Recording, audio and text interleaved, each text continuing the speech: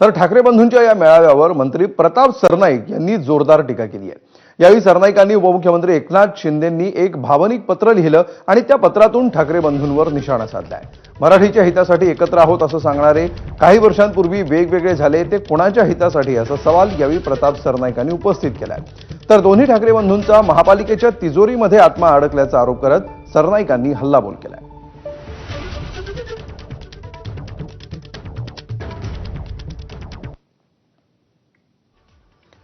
तर या पत्रामध्ये काय म्हटले बघा, मराठीसाठी एकत्र येत आहेत, मग वेगळे कुणाच्या हितासाठी झाले होते।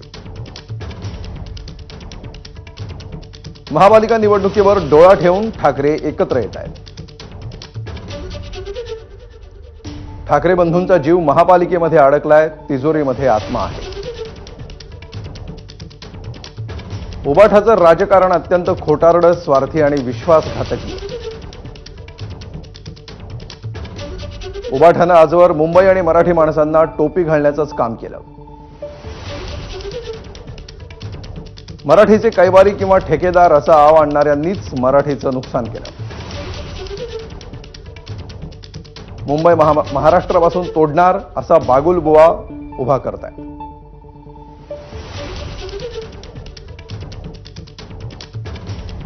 गब्बर के ताप से गब्बर ही बचा सकता है असा ठाकरेंचा प्रकार आहे। लोकांना खोटी भीती दाखवून स्वतः गब्बर होऊन गब्बर व्हायचं धोरण आहे। उबाठाच्या काळामध्ये मनपाच्या शाळा इंग्रजी झाल्या।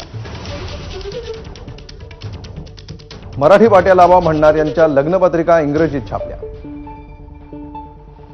गिरणी कामगार देशोधडीला लागला तो कोणामुळे? मराठी माणूस विरार नालासोपारा बदलापूरला शिफ्ट झाला तो कोणामुळे?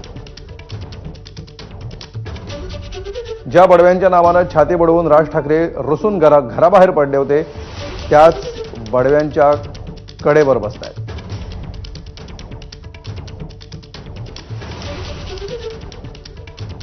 भाषणाला टाळ्या पडतात परंतु मतं पडत नाहीत ती का याचा विचार करून राज थकले आणि बडव्यांना शरण गेले।